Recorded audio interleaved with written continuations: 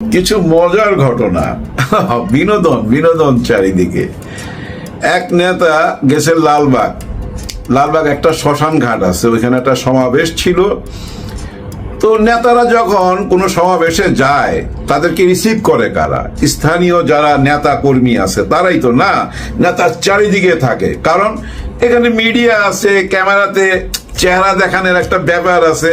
যাই হোক, নেতাকে এভাবে গাড়ি থেকে ধৈরা না, ঠিক চারিদিকে গার্ড দিয়া নিয়ে মঞ্চে উঠাইছে। নেতা এখন বক্তব্য রাখবে। বক্তব্য রাখার আগে দেখে যে ওনার মোবাইলটা নাই। কে নেতা জানেন? গায়েশ্বর বাবু। গায়েশ্বর বাবুর মোবাইল নাই। হায় হায় হায়, কি সর্বনাশ! এখন বক্তব্য সব রাইখা ওইখানে বলা হইতাছে, কেউ যদি এই মোবাইলটা নিয়ে থাকেন দিয়ে দেন, 5,000 টাকা পুরস্কার দেওয়া হবে। এই মোবাইল অন করলে সঙ্গে সঙ্গে আপনাকে পুলিশে ধরবে। ভয়টাই দেখাইতেছে আর কি মোবাইলটা ফেরত পাওয়ার জন্য, কিন্তু কেউ দেয় নাই। গায়েশ্বর বাবু তো একজন গুরুত্বপূর্ণ নেতা। এখন চিন্তা করেন, এই মোবাইলটা যার হাতে গেছে তার ব্যক্তিগত অনেক কিছু জেনে যাবে তো। কারণ হোয়াটসঅ্যাপ মেসেঞ্জারে অনেক কিছু লেখালেখি হয়। কি সর্বনাশের কথা না? কিন্তু প্রশ্ন হইল যে নেতার আশেপাশে কারা ছিল? চোর ছিল ভাই নেতার আশেপাশে, নাইলে নেতার মোবাইল চুরি হয় কেমনে এত বডিগার্ড থাকতে? বুঝছেন ব্যাপারটা? এর মধ্যে আরো কি মজার ঘটনা ঘটছে জানেন? যে ডাক্তার সাবরিনা আছে না, একজন ডাক্তার সাবরিনা। এই ডাক্তার সাবরিনাকে তো আপনারা চিনছেন তাই না? আওয়ামী লীগের আমলে আওয়ামী লীগ করতো, এখন আবার বিএনপিতে ঢুকছে। এই সাবরিনা সময় পাইলেই কই যায় জানেন? জিয়াউর রহমানের ওই যে কবরস্থান আছে, জিয়া উদ্যান, ওইখানে চলে যায়। ওখানে শান্তি পায় আর কি। 2 দিন পর পরই যায়। আজকেও গেছিল, আজকে না গতকালকে বোধহয় গেছিল। বাস ছাত্র দলের পোলাপান সাইজ করে দিছে। সাইজ করা মানে হাত তোলা না, অপমান অপদস্থ করে ওইখান থেকে তাড়াইছে। না তারা কি করবে দেখেন, যদি এরকম ঢুইকা যায়। আরেকটা ভিডিও দেখলাম, অনেকগুলা মহিলা, সুন্দরী সুন্দরী মহিলা, ওনারা মুনাজাত করতেছে, আল্লাহর কাছে দোয়া চাইতেছে তারেক রহমানের জন্য। পাশে কিন্তু ওই যে গায়েশ্বর বাবু, উনিও মুনাজাত করতেছে। আমি চিন্তা করলাম, উনি তো সনাতন ধর্মের মানুষ, উনিও কেন মুনাজাত করতেছে? তখন চিন্তা আসলো, ও সামনে তো নির্বাচন আসতেছে না, মুনাজাত তো ধরতেই হবে। উনি কিন্তু একটা মারাত্মক কথা কইছিল। জ্যোতিষী তো, পুরানা রাজনীতিবিদ তো, অনেক দূর পর্যন্ত দেখতে পায়। বলছিল কেয়ামত পর্যন্ত নাকি জামাত ইসলাম কোনোদিনই ক্ষমতায় আসতে পারবে না। কেয়ামত পর্যন্ত। বুঝছেন কত দূর দেখতে পায়, ভবিষ্যৎবাণী করতে পারে। আপনাদের যদি কারো কোনো ভবিষ্যতের ব্যাপারে জানার ইচ্ছা থাকে, ওনার সঙ্গে যোগাযোগ করতে পারেন। যাই হোক, দেখেন উনি যখন বলতেছে কিয়ামত পর্যন্ত ক্ষমতায় যাইতে পারবে না জামাত ইসলাম, ওই টাইমেই আমেরিকা থেকে একটা বিরাট সুখবর আসছে। আমেরিকানরা নাকি জামাত ইসলামকে ক্ষমতায় দেখতে চায়, এরকম একটা কথা কিন্তু ছড়ায় গেছে। ওরা 5টা গুণের কথা বলছে। এর মধ্যে সবচেয়ে বড় গুণ কি জানেন? যে ওরা শিক্ষিত। জামাত ইসলামের সবাই শিক্ষিত, ওরা বিজনেস মাইন্ডেড। চিন্তা করেন, ওরা যে বিজনেস মাইন্ডেড এটা তো আমরাও জানি। ওনাদের হাসপাতাল আছে, কলেজ আছে, স্কুল আছে, ব্যাংক আছে। ওরা বিজনেস মাইন্ডেড, ওরা চান্দা তুইলা খায় না, ওরা বিজনেস থেকে যে টাকা পায় ওইটা দিয়েই চলে। আরেকটা কথা বলছে যে তালেবানদের মতো ওরা এতটা অন্ধ না, অনেক আধুনিক। জামাত ইসলাম দলটা অনেক আধুনিক। ভাই এত গুণগান কেন? কেন গুণগান? সবকিছুই চেঞ্জ হয়ে যাচ্ছে ভাই। সামনে আরো দেখবেন, সামনে আরো চেঞ্জ হইতে থাকবে। এর মধ্যে আপনারা দেখছেন, চীন থেকে একদল প্রতিনিধি আসছে। তারা কিন্তু সরকারের কারোর সাথে দেখা করে নাই, কারণ সরকার তো বাংলাদেশি নাই, আমেরিকাতে। এখন ওরা কার সাথে দেখা করছে জানেন? ছাত্র শিবিরের সাথে মিটিং করছে, প্রেসের সামনে কথা বলছে। ওনারা ঢাকা বিশ্ববিদ্যালয়ে 2টা বিল্ডিং করতে চায়, ছাত্রবাস করতে চায়, আধুনিক ছাত্রবাস। চিন্তা করছেন কোন পর্যন্ত চলে গেছে? চীনের প্রতিনিধি আইসা ছাত্র শিবিরের সাথে মিটিং করে। এইভাবেই ভাই সারা বিশ্বে ছড়ায় যেতেছে। এই যে দেখছেন না আমেরিকাতে আজকে আব্দুল্লাহ তাহের সাহেবকে, গতকালকে দেখছেন না একটা ভিডিওতে আমেরিকায় আব্দুল্লাহ তাহের সাহেবকে স্টেজে একটা বিরাট সমাবেশ, সুধী সমাবেশ, সবাই আসছিল। সবচেয়ে গুরুত্বপূর্ণ ব্যাপার কি জানেন?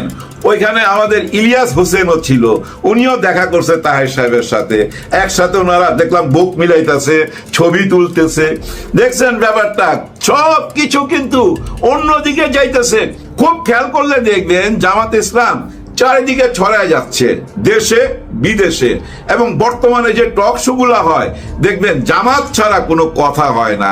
এর মধ্যে আমাদের ওই যে রুমিন ফারহানা, উনি তো ভালো বক্তা, উনি আবার একজন গবেষকও। উনি গবেষণা করে বাইর করছে 380টা মব হয়েছে বাংলাদেশে, 380টা মব হয়ে গেছে বাংলাদেশে। তখন পাশে থেকে এবি পার্টির মঞ্জুর সাহেব ওনাকে বলল, এই যে 380টা মব হয়েছে এর মধ্যে বিএনপির কয়টা, ওইটা কি হিসাব কইরা বাইর করছেন?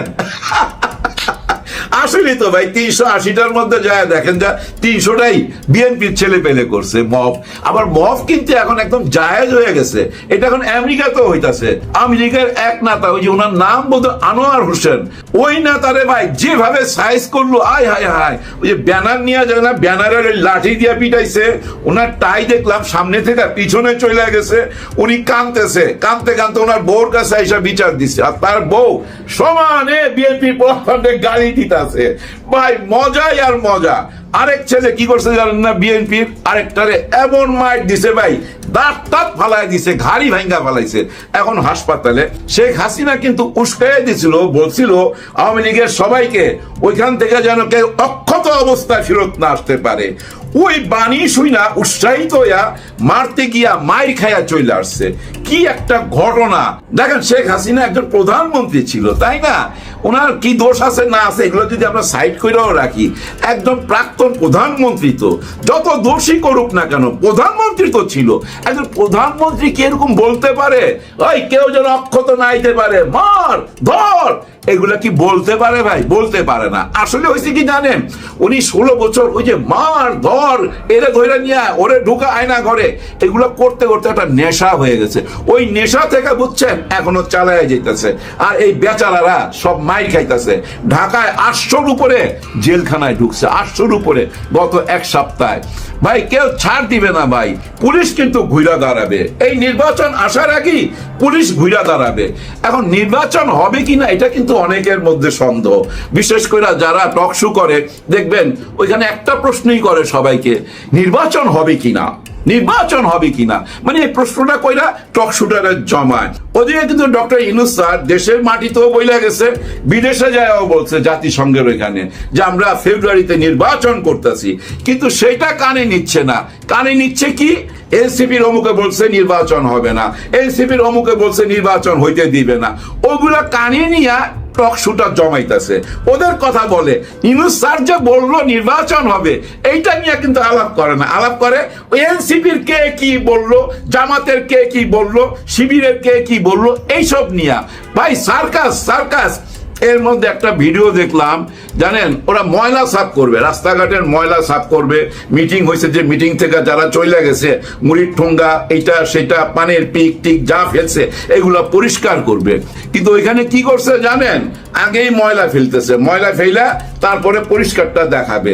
ওইটা আবার কে জানি ভিডিও করছে গোপন, ওইটা ওরা ফেসবুকে ছাইরা দিছে, মানে ময়লা ফেলতেছে যে ওইটা গোপন ভিডিও করে ফেসবুকে ছাইরা দিছে। আর আমাদের দেশের কিছু বেকার চ্যানেল আছে না, ওই বেকার চ্যানেলের ক্যামেরাগুলো হাজির, কারণ ওনারা এখন ময়লা সাফ করবে রাস্তাঘাটের, ওইটা দেখাবে, দেখাইতে তো হবে ময়লা সাফ করে কেমনে। হায় রে নাটক, এগুলা দেখে না, এগুলা খায় না মানুষ, এগুলা খাওয়াইতে পারবেন না কোনো কারণেই। এখন মানুষ শিক্ষিত হয়ে গেছে, তো আমার মতো মূর্খ লোক এখন দেশে কমই আছে। দেখেন না আমেরিকান আলারা বলতেছে জামাত ইসলামের মধ্যে শিক্ষিত লোক বেশি, গণতন্ত্রের চর্চা বেশি, বিজনেসম্যান বেশি। হায় হায়, ট্রাম্প জি তো বিজনেসম্যানদেরকে পছন্দ করে, তাই না? ওই অঙ্কেতে দেখেন এখন জামাত ইসলামের প্রশংসা হইতেছে। ও ভিডিওটা শেষ করার আগে গোলাম মাওলা রনি সাহেব, আপনাকে বলতেছি, আপনার অনেক শখ ছিল ট্রাম্পের সাথে ডক্টর ইউনূস স্যারের ছবি দেখার, অনেক শখ ছিল না? এখন আপনি দেখে নেন, ডক্টর ইউনূস স্যারের পেজে দেখে নেন, ওই ছবিটা দিছে আপনার জন্য। ট্রাম্পজি এবং ওনার পরিবার, আর এদিকে ডক্টর ইউনূস স্যার এবং ওনার মেয়ে, হায় হায় কি উজ্জ্বল হাসি মুখে সবাই ছবি তুলছে। ওই ছবিটা গোলাম মাওলা রনি সাহেব আপনার জন্য। ডক্টর ইউনূস স্যারের সম্মান আপনারা দিতে পারবেন না, আপনাদের কাছে সম্মান চায়ও না। তো আপনাদের ক্যারেক্টার বুঝা ফেলাইছে। উনি তো প্রথমেই বলে দিছিল যে এরা আমার সামনে একরকম কথা বলে, বাইরে যা আরেক রকম কথা বলে। এই যে দুই মুখা কথা উনি প্রথমেই বুঝা ফেলাইছে, প্রথম 1 মাসেই বুঝা ফেলাইছে ক্ষমতায় আইসা। তারপরে উনার স্টাইলে উনি চলতেছে। ওদিকে আরেকটা ঘটনা ঘটছে জাতিসংঘের দপ্তরের সামনে। আন্তর্জাতিক বিষয়ক সম্পাদক মনে হয় উনি বিএনপির, আনোয়ার হোসেন খোকন, ওনাকে যা অপমান অপদস্থ করলো ওনার নিজের লোকেরাই, কিন্তু নিজের দলের লোকেরাই ভুয়া ভুয়া ভুয়া, হায় হায় উনি লজ্জায় লাল হয়ে গেছে।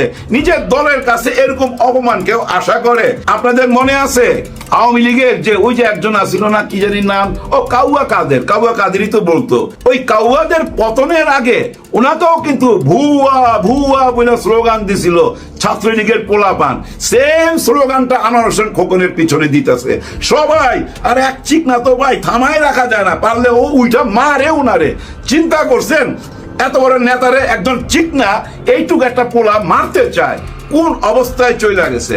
দলের মধ্যে শৃঙ্খলা নাই, নিয়ম কানুন নাই, কেউ কারে মানতে চায় না।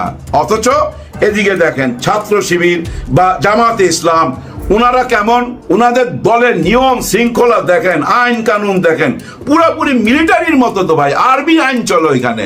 আর্মিদের যেমন একটু নিয়ম শৃঙ্খলা ভঙ্গ করলে সাজা ভোগ করতে হয়, ঠিক তেমনি জামাতে ইসলাম শিবিরের পোলাপানের যদি কোনো অন্যায় হয়, ভুল হয়, তাদেরকে সাজা ভোগ করতে হয়, নিয়ম শৃঙ্খলার মধ্যে চলতে হয়, ইমান ঠিক রাখা চলতে হয়। আর এই জিনিসটাই দিনে দিনে ছড়ায়া যাচ্ছে, সামনে আরো ছড়াবে ভাই, চারিদিকে ছড়া যাবে। এখনই আপনার আশেপাশের মানুষকে কানে কানে জিজ্ঞাসা করেন যে ভাই তুমি কাকে ভোট দিবা। মানুষ খুব সচেতন, কিন্তু আপনার কানে কানে বইলা দিবে কাকে ভোট দিবে।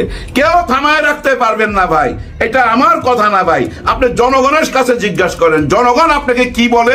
মানুষের মনের মধ্যে একটা ব্যাপার চলে আসছে, তারা ভালো আর মন্দ বুঝতে শিখে গেছে, বিবেক আর বিবেচনা তাদের মধ্যে চলে আসছে। তাদের একটাই কথা, সবাইকে তো দেখলাম 50 বছর 54 বছর, এবার নতুন কাউকে দেখি, নতুনের অপেক্ষায় ভাই। কারণ নতুন একটা বাংলাদেশ চায় সবাই। হ্যাঁ ভাই, নতুন একটা বাংলাদেশ চায়। আর এই নতুন বাংলাদেশ যদি আমরা এখন গড়তে না পারি, আবার 50 বছর পার কইরা দিতে হবে। এই জাতিকে ডক্টর ইউনূস স্যার ওই অন্ধকারে আর ঠেলা দিবে না, 50 বছর 100 বছরের অন্ধকারে ঠেলা দিবে না। উনি যে বলছে নির্বাচন হবে ফেব্রুয়ারিতে নির্বাচন হবে, আর জুলাই সনদপত্র ঘোষণা হবে, সবকিছু পাবেন এবং বিচারও পাবেন আপনারা, বিচার দৃশ্যমান হবে, তারপরেই নির্বাচন হবে। ওনার প্রত্যেকটা কথা উনি রক্ষা করবে। আমি বাস্তবতা তুলে ধরলাম, মানুষের মনের কথা যাই নাই, আপনাদের সাথে শেয়ার করলাম।